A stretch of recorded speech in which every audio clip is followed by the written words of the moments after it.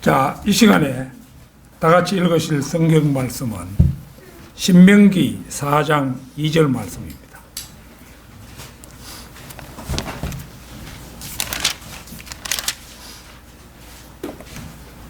신명기 4장 2절 말씀.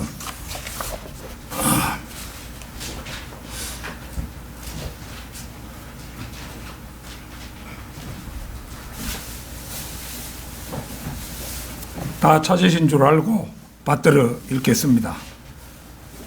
너희는 내가 너희에게 명령한 그 말씀에 더하지도 말고 거기에서 빼지도 말고 내가 너희에게 명령하는 주 너희 하나님의 계명들을 지킬지니라. 이제 성경을 변개하지 마라라는 세 말씀 가운데 맨 첫 번째 파수꾼에 해당하는 말씀이죠. 그래서 이번 시간에 드릴 말씀의 제목은 왜 바른 성경이어야만 하는가, 이런 제목으로 말씀을 드리겠습니다. 성경 변개의 역사는 여러분도 잘 아시다시피 어제 오늘의 일이 아닙니다. 하나님의 말씀을 잘못 옮긴 예는 창세기 3장에서 이브의 말을 통해서 이미 시작되었음을 성경에서 직접 확인해 볼 수가 있습니다. 먼저 창세기 2장 16절 17절 찾겠습니다. 창세기 2장 16절 17절 말씀입니다.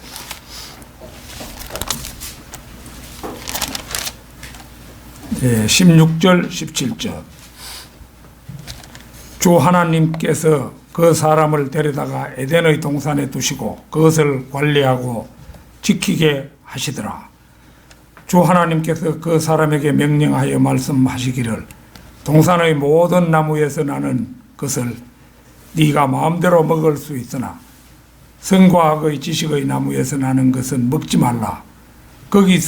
네가 거기서 나는 것을 먹는 날에는 반드시 죽으리라 하시니라. 그 다음에 이제 3장 2절 3절 한번 보겠습니다. 3장 2절 3절입니다. 여자가 그 뱀에게 말하기를 우리가 동산 나무들의 열매는 먹을 수 있으나 동산 가운데 있는 나무의 열매에 관해서는 하나님께서 말씀하시기를 너희는 그것을 먹지도 말고 만지지도 말라 혹 죽을까 함이라 하셨느니라 하더라. 보다시피 하나님께서는 선과 악의 지식의 나무에서 나는 것을 먹지 말라. 네가 거기서 나는 것을 먹는 날에는 반드시 죽으리라. 이렇게 아담에게 말씀하셨는데 이번은 이제 그 아담으로부터 들었겠죠.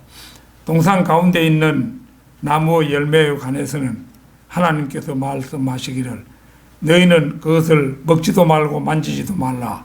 혹 죽을까 함이라 하셨느니라고 그렇게 변개를 하고 있는 것입니다.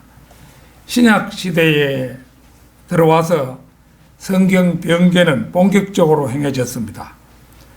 고린도후서 2장 17절을 찾겠습니다. 고린도후서 2장 17절입니다.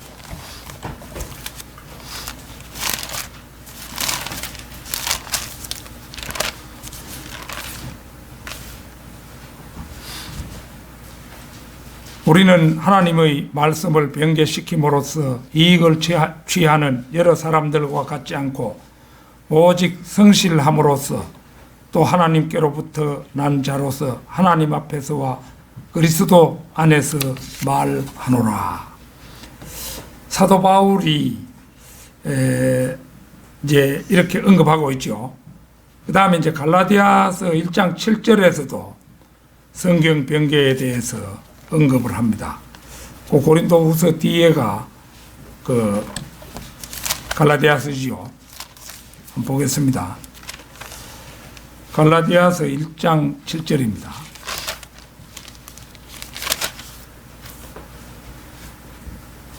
다른 복음은 없나니 다만 너희를 교란시키는 여러 사람들이 있어서 그들이 그리스도의 복음을 변개시키려는 것이라.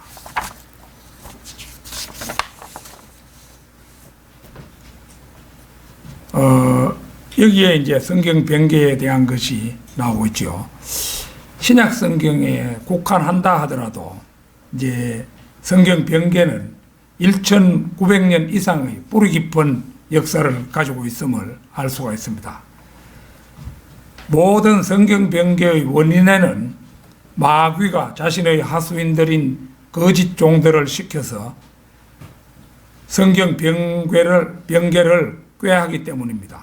그리하여 가능한 한 성경의 중요 구절에 변개를 가하여 바른 성경이 보급되지 못하게 하고 대신 가짜 성경을 많이 보급함으로써 한 사람이라도 더 지옥 자식을 만드는데 그 목적이 있습니다. 하늘 낙원에 가는 사람보다 지옥 자식이 훨씬 더 많은 것은 이 세상이 마귀에게 맡겨졌기 때문이며 궁극적으로 하나님께서는 모든 사람이 구원을 받고 진리의 지식에 이르기를 원하시지만 실제로는 그 반대가 될 것임을 예수님께서는 진작부터 말씀해 놓으셨습니다. 마태복음 7장 13절 14절 보겠습니다.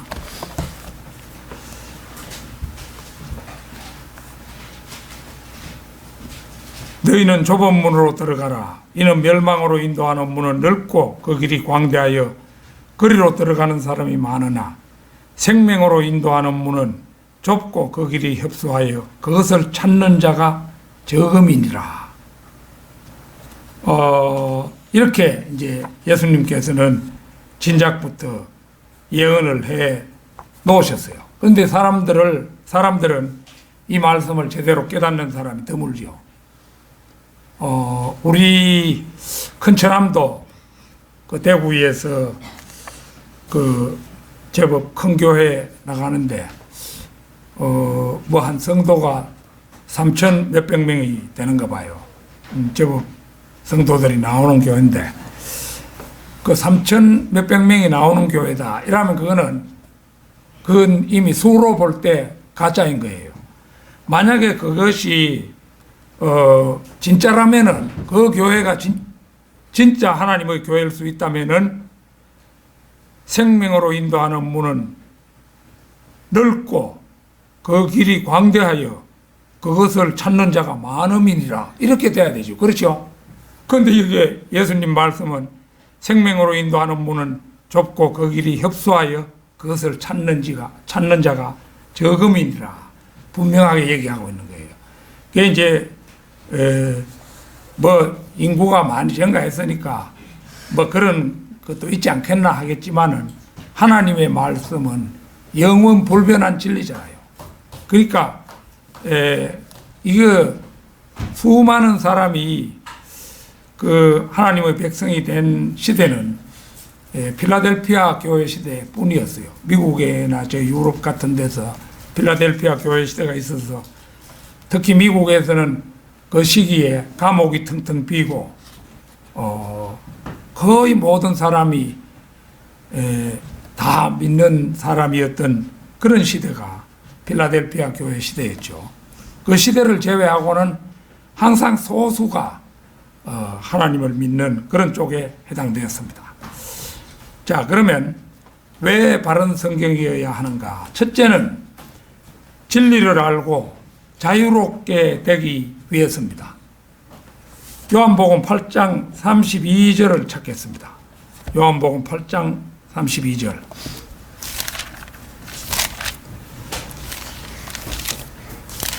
이 동영상 찍히는데 이 손가락에 침 바르고 이러면은 그 좀 어색하지 싶어도 잘 넘어가질 않으니까 어쩔 수 없이 좀 침을 묻히게 되네요.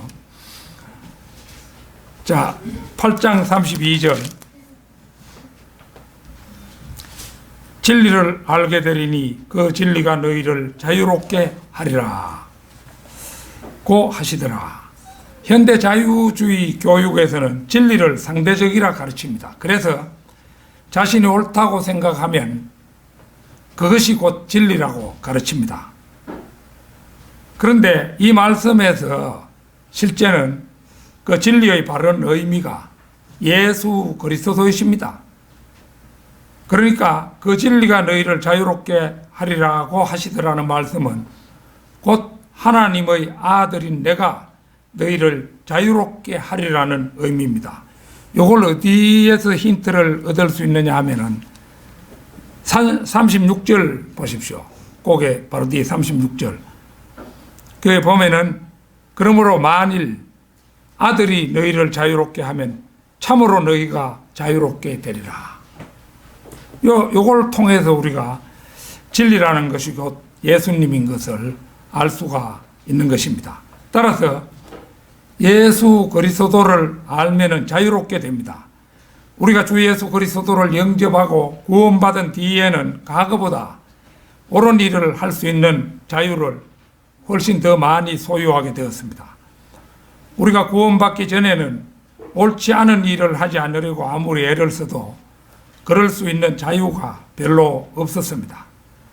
그러나 우리가 예수 그리스도를 영접하고 구원받은 지금은 어떤 것들로부터 우리가 자유롭게 되었습니까? 우리는 지난날 그 누구로부터도 장래에 대해 어떠한 보장도 받지 못하고 있었기 때문에 언젠가 다가올 죽음을 생각하면 늘 불안하고 초조했습니다. 저 자신도 이제 2006년 가을에 이제 저에게 당뇨병이 있다는 것을 안 순간에 참으로 깜짝 놀랐어요. 아, 죽음이 나에게도 이제 가까이 왔구나. 어서 진리를 알아야 했는데 진리를 모르고 죽으면은 지옥에 간다는데 그걸 생각하니까 너무도 두려운 거예요. 그래서 길을 가면서도 그 기도를 하고 또 밤에 방에 앉아서도 기도하고 누워서도 잠들기 전에 기도하고 이렇게 진리의 길로 저를 인도해 달라고 기도했어요.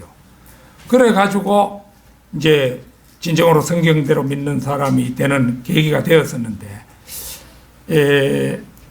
이제 그 당시로는 우리가 장차 어떻게 될 것인지를 몰랐기 때문에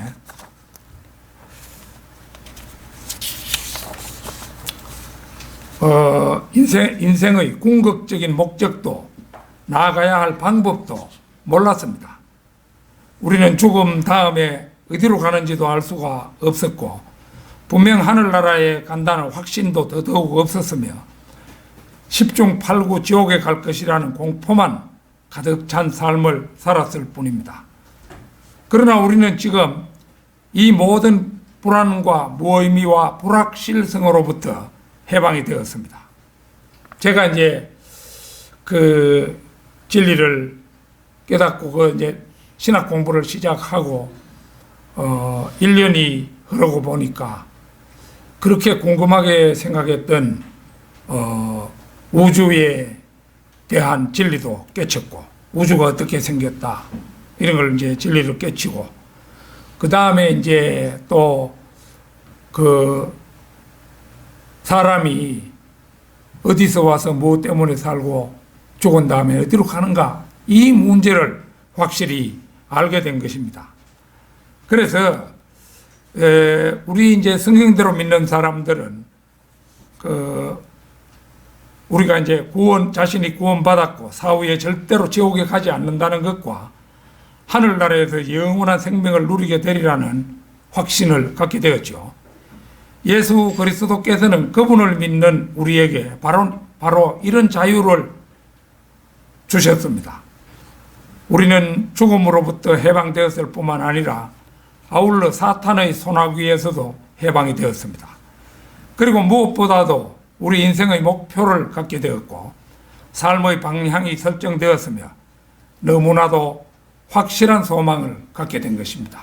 이제 멀잖아 주님께서 공중에 오셔서 우리의 이름을 부르시면 순식간에 우리의 몸이 변화되면서 공중으로 끌어올려져서 주님과 함께 셋째 하늘로 간다는 거 이거 우리 성경대로 믿는 사람들은 다 알고 있지 않습니까? 자, 한 예를 들어보겠습니다. 디모데전서 3장 16절 한번 보겠습니다. 왜 우리가 바른 성경을 가져야 하는가? 이제 이 문제에 대해 생각해 볼 때, 디모데전서 3장 16절은 좋은 예가 되는 거예요. 경건의 신비는 논쟁의 여지 없이 위대하도다. 하나님께서는 육신으로 나타나셨고 성령으로 어렵게 되셨으며 천사들에게 보이셨고 이방인들에게 전파되셨으며 세상에서 믿음 바 되셨고 영광 가운데로 들려올라 가셨습니다.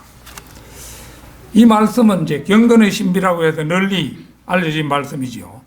이것이 개역 성경에 이렇게 되어 있습니다. 그 변개된 부분까지만 읽어보겠습니다. 크도다 경건의 비밀이여 그렇지 않다 하느니 없도다. 이거는 뜻은 비슷하죠.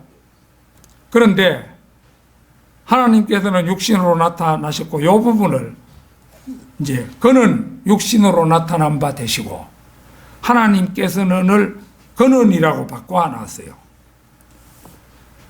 그러니까 이제 우리 성경 하나님께서는 육신으로 나타나셨고 이 말씀은 예수님께서 육신을 입고 세상에 오신 분이구나. 그래서 육신을 입고 세상에 오신 하나님이시구나. 이걸 이제 우리가 알 수 있는 거잖아요. 예수님께서는 인간의 몸을 입고 세상에 오신 하나님이시구나. 이걸 알 수가 있는데 그는 육신으로 나타난 바 되시고 이러면은 그 진리가 없어지잖아요. 그가 반드시 하나님이라는 보장이 없잖아요. 그게 그라는 그 대명사 대신에 마귀가 들어갈 수도 있고 그렇게 되는 것입니다. 그래서 이 가짜 성경은 하나님을 그로 변개해서 예수님이 곧 하나님이시라는 진리를 제거해 버렸다는 점입니다. 간단한 문제지만 이거 아주 중요한 문제지요. 그래서 진리이신 예수님을 모르도록 하려는 그런 마귀의 교묘한 술책이라는 것을 우리가 알게 되는 것입니다. 왜 바른 성경이어야 하는가? 둘째는 바른 교리를 알기 위해서입니다. 마태복음 16장 11절 12절 찾겠습니다. 마태복음 16장 11절 12절입니다.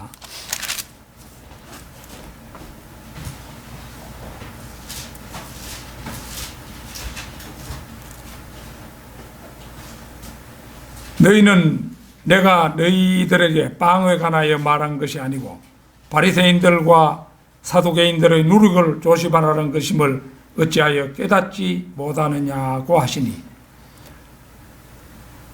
그때서야 그들은 주께서 빵의 누룩을 조심하라고 말씀하신 것이 아니라 바리새인들과 사두개인들의 교리를 조심하라 하신 것임을 깨닫더라.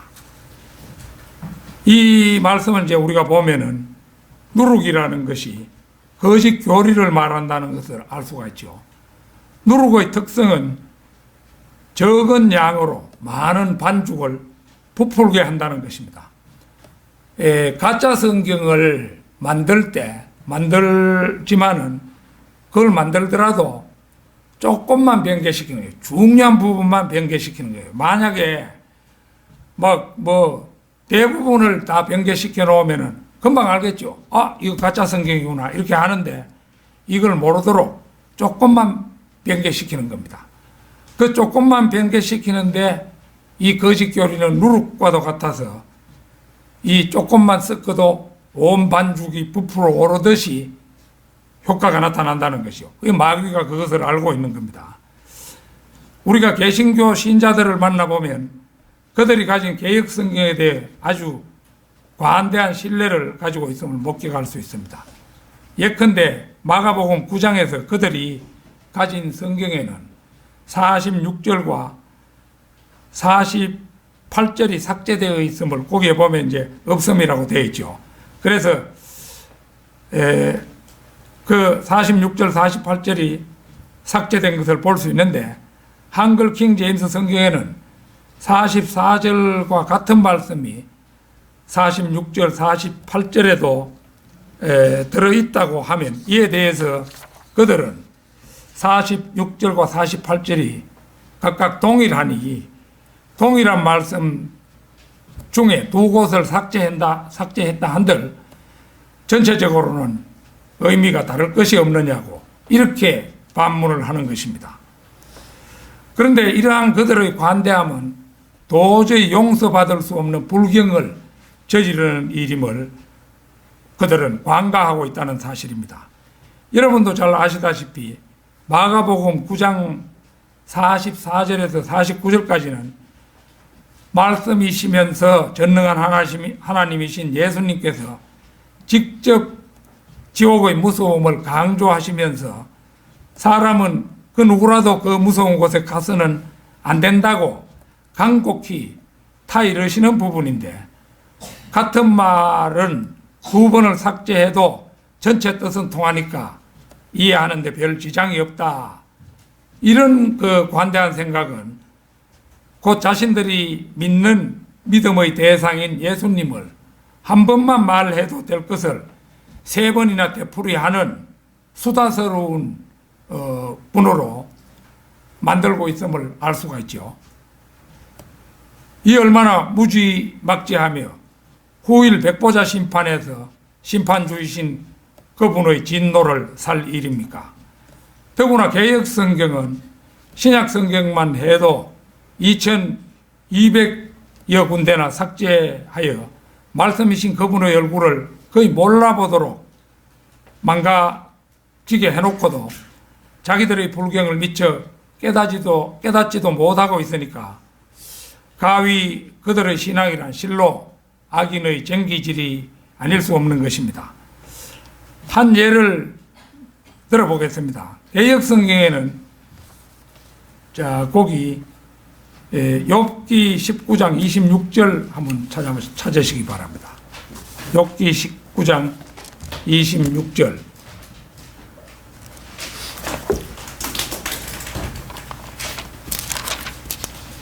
(19장 26절) 요걸 보면은 내 피부의 벌레들이 이 몸을 멸한 뒤에라도 내가 내 몸을 입고 하나님을 보리라. 요게 이제 우리 보존된 한글 킹 제임스 성경이시지요. 그런데 요 부분을 개역 성경에 어떻게 되어 있는 거 보면 이렇게 되어 있습니다. 나의 이 가죽 이것이 썩은 후에 내가 육체 밖에서 하나님을 보리라. 육체 밖에서 하나님을 본다. 그렇게 되어 있어요. 그러니까 이제 내가 내 몸을 입고 하나님을 보리라. 이거는 몸의 부활을 말하는 거잖아요.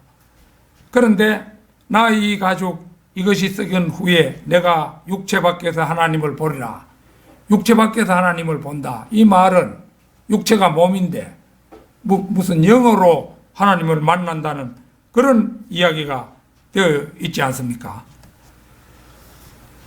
우리가 누가복음 24장 39절 40절 거기를 보면 부활하신 예수님께서는 제자들에게 나의 손과 나의 발을 보라. 바로 나니라.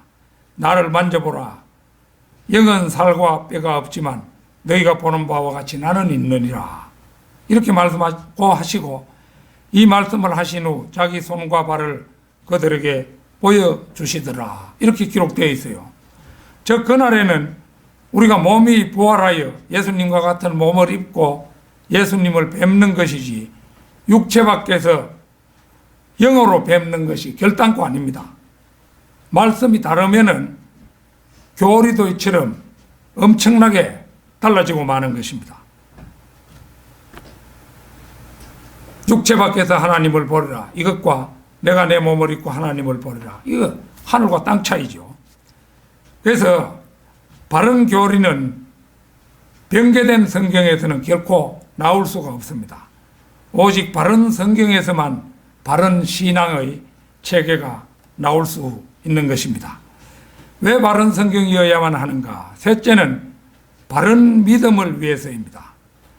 바른 성경에서 바른 교리가 나오며 바른 교리에서 바른 믿음이 생기는 것은 불을 보듯 분명한 사실입니다. 바른 믿음을 가지려면 우선 폭류적, 은유적 해석을 버리고 성경을 말씀 그대로 문자적으로 받아들이는 것이 중요합니다. 시편 12편 7절에서 그거 한번 찾아보겠습니다. 시편 12편 7절. 우리가 자주 보는 말씀인데요.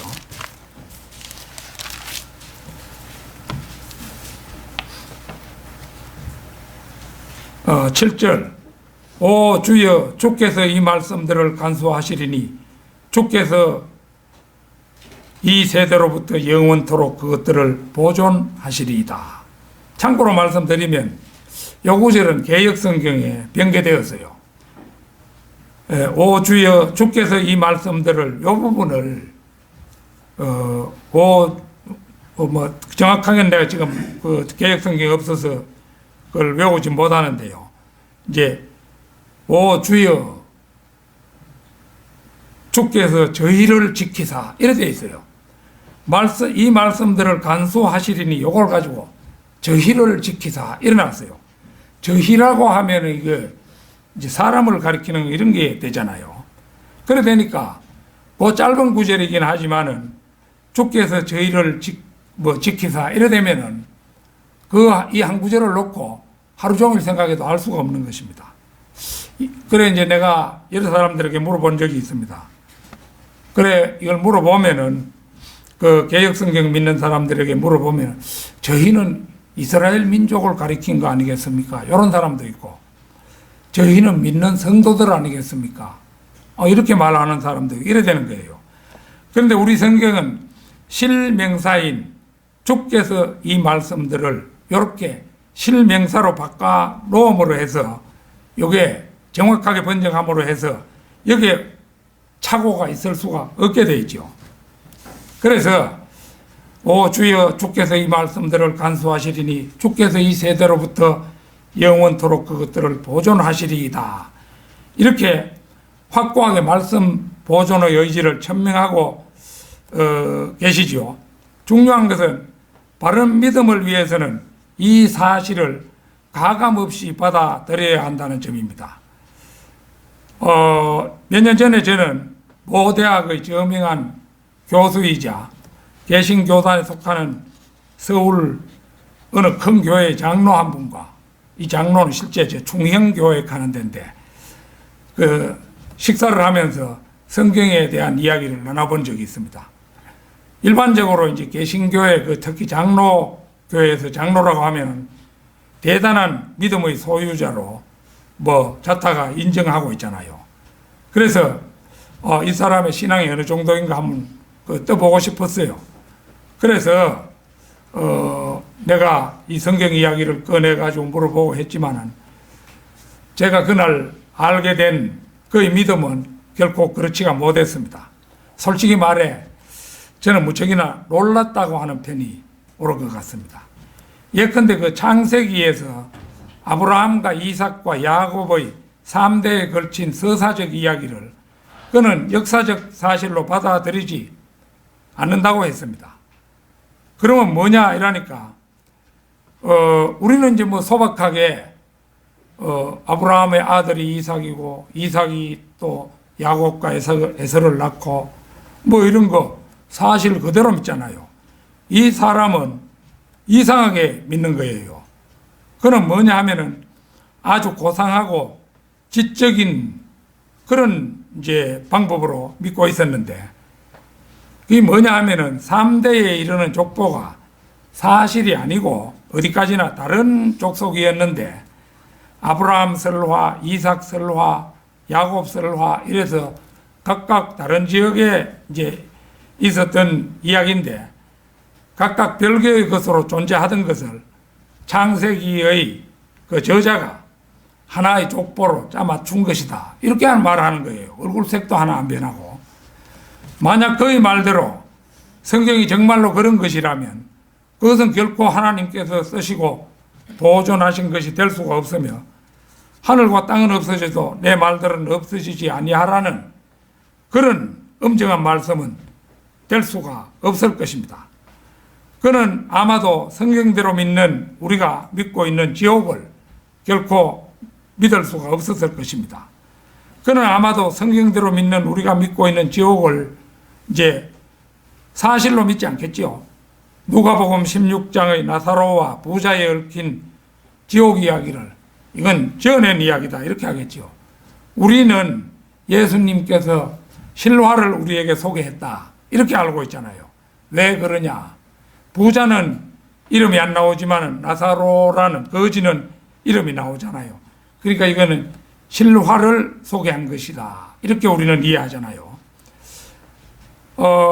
이제 이런 정도의 믿음을 가진 사람이라면은 예수님 이야기도 그냥 평범한 설화 가운데 하나라고 생각할는지도 모릅니다. 전능한 하나님께서 이 세상으로 건너오셔서 동정녀 마리아에게 성령으로 잉태되셨다는 이야기는 그의 믿음으로는 도저히 믿을 수 없을 것입니다.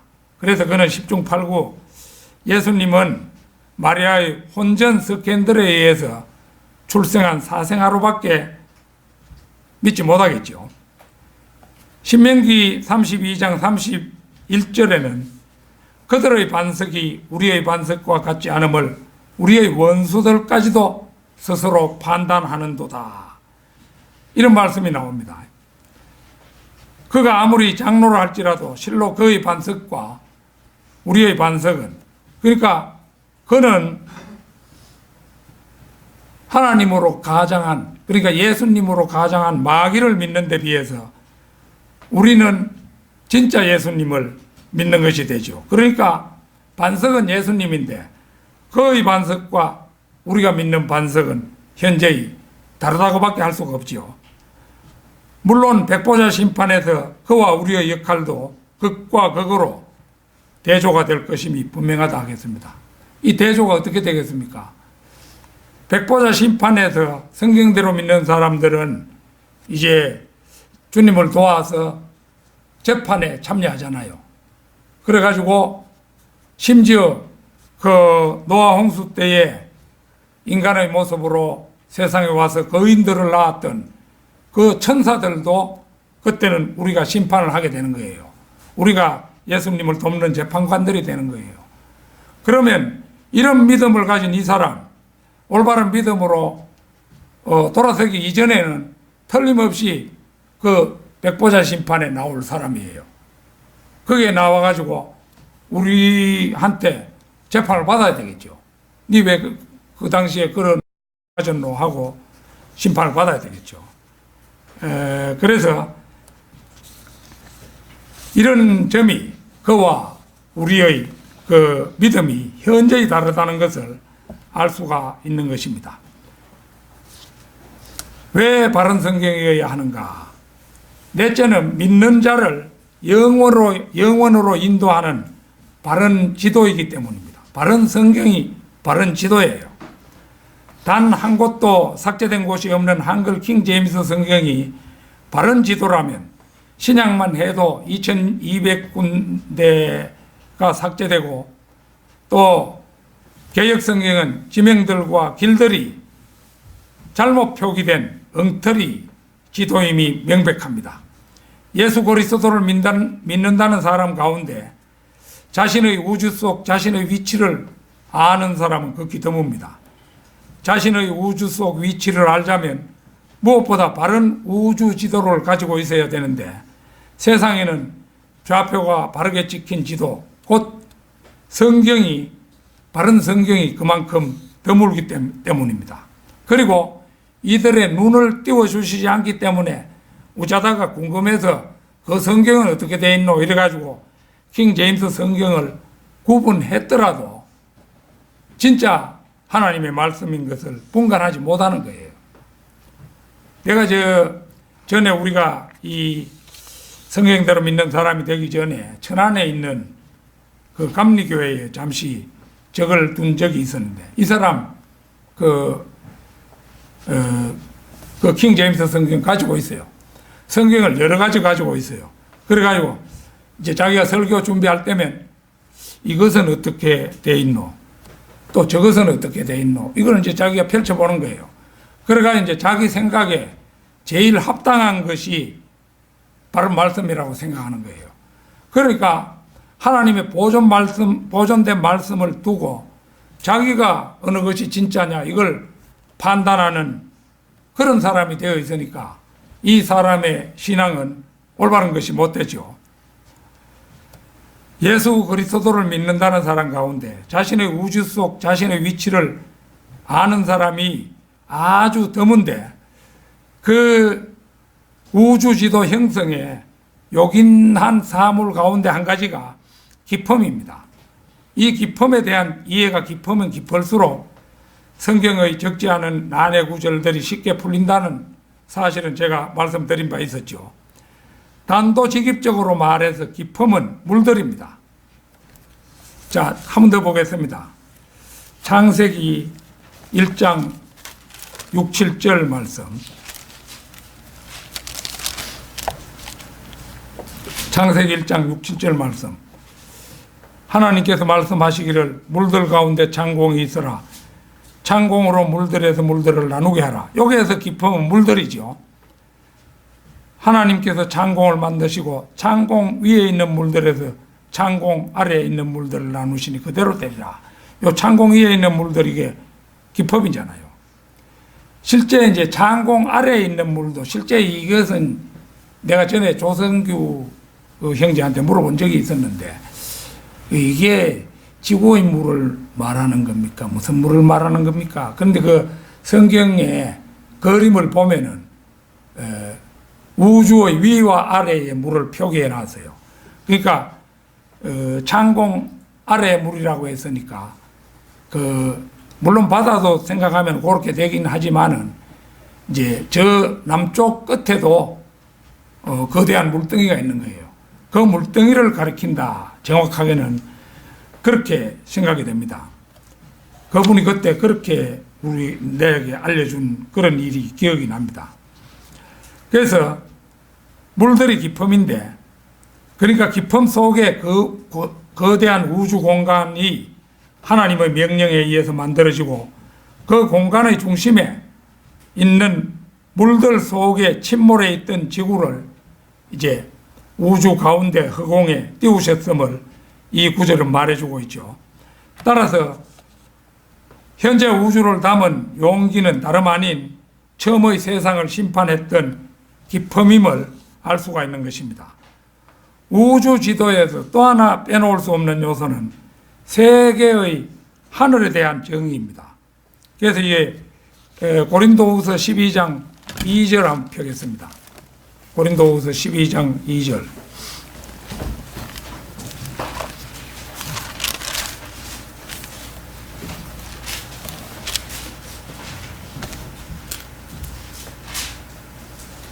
내가 14년 전에 그리스도 안에서 한 사람을 알았는데 그가 몸 밖에 있었는지 나는 말할 수 없고 그가 몸 안에 있었는지 나는 말할 수 없고 몸 밖에 있었는지 나는 말할 수 없지만 하나님께서는 아시느니라. 그 사람이 셋째 하늘로 끌려 올라갔느니라. 여기에 그 셋째 하늘이 등장하잖아요. 셋째 하늘이 등장한다는 것은 둘째 하늘과 첫째 하늘이 있다는 증거잖아요. 하늘이 하나뿐인데 셋째 하늘 이랬으면 그건 이상한 표현이잖아요. 셋째 하늘이라고 표기한 것은 첫째 하늘과 둘째 하늘이 있다는 증거지요. 그래서 쉽게 얘기하면은 이제 첫째 하늘은 새가 날고 비행기가 날아다니는 대기권을 말하고 둘째 하늘은 해달, 별이 떠있는 소위 우주라고 일컫는 공간이며 셋째 하늘은 우주를 담고 있는 피라미드 모양의 거대한 항아리의 바깥 꼭지 부분인데 환원하면 진북 방향 거룩하신 하나님의 보호자가 있는 곳이 셋째 하늘입니다. 믿음의 선진들 가운데 가장 정확한 우주 지도를 간직했던 사람은 사도 바울이었습니다.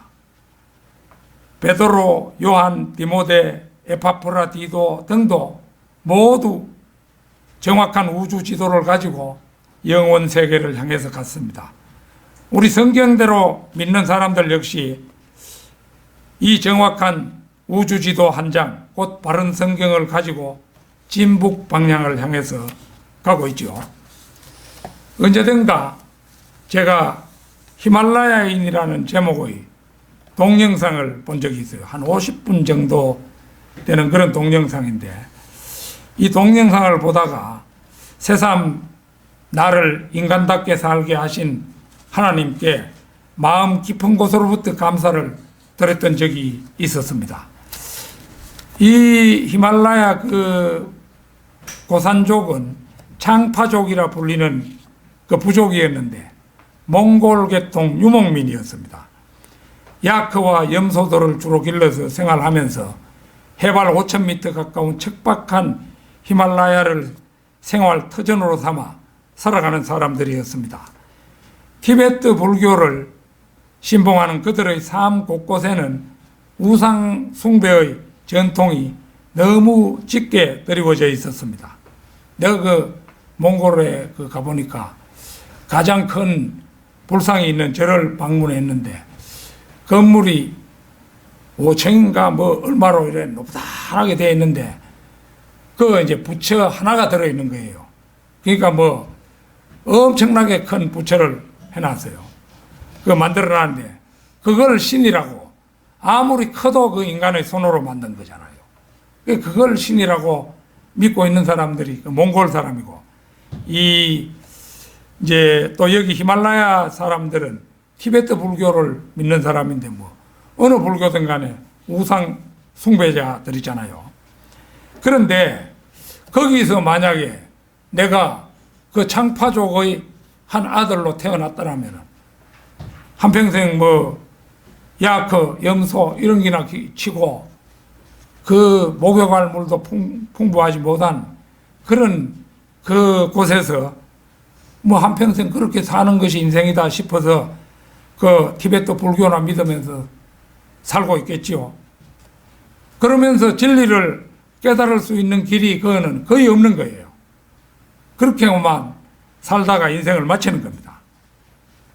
그런데 한편 다르게 생각해 보면은 히말라야 유목민만이 그렇지 않다, 이걸 생각했어요. 이 땅으로 보아도 이 땅의 주민이 5,200만이라고 하잖아요. 기독교인 숫자가 지금 한 1천만 명을 약간 상회하는 것으로 나타나고 있는데, 바른 성경에 입각한 바른 믿음은 극소수에 지나지 않음을 감안해 볼 때 이 나라에서도 미혹의 어두운 골짜기를 벗어나는 일은 결코 창파족에 못지않다, 이런 생각이 드는 거예요. 우리는 다행스레 바른 말씀이라는 바른 지도와 바른 믿음의 길을 찾아서 가고 있는데, 세상 사람들은 멸망의 길을 향해서 기독교를 믿더라도 하나님으로 가장한 마귀를 믿으면서 가고 있잖아요. 자기 자신은 하나님을 믿는다고 생각하지만 실제는 그게 마귀로 가장한 하나님이니까 그건 마귀지요. 그래서 그만큼 그들의 믿음과 우리의 믿음이 다른 겁니다. 그래서 이런 점을 생각해 보면은 우리가 오늘날 그 성경대로 믿는 사람으로 살아간다는 거, 이거 참 너무나 고맙고 행운이고, 이걸 어떻게 알게 되었나, 이걸 생각해 보면은 전적으로 우리 자신이 똑똑했기 때문이 아니라 하나님의 은혜다, 이 생각이 드는 겁니다.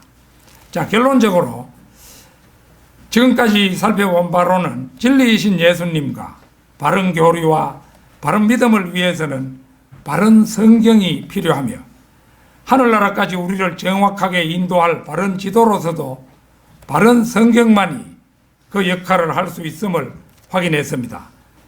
이 나라에 5만 6천 개의 교회가 있고 1천만 명을 상회하는 기독교인이 있다고 자랑합니다. 그러나 그들은 대부분 바른 성경을 가지지 못했습니다. 바른 성경을 가지고 있고 성경대로 믿는 바른 믿음을 가진 지역교회는 이 나라에서 15군데도 채 안 되는 거예요.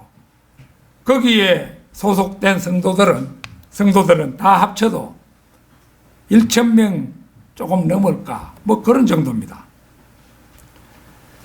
그러나 교회의 역사상 진리를 수행한 교회는 거의 항상 소수였다는 거 마태복음 7장 13절 14절에서 우리가 보았잖아요.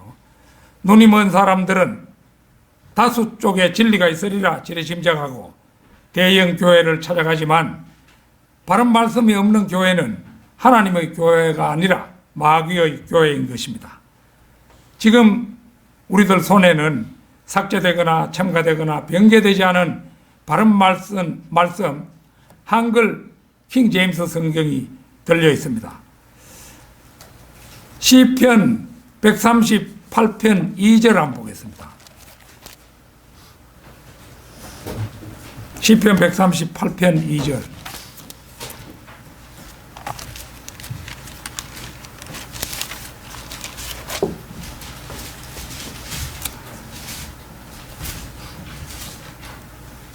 내가 주의 거룩한 전을 향하여 경배하고 주의 자애하심과 주의 진리를 인하여 주의 이름을 찬양하리니.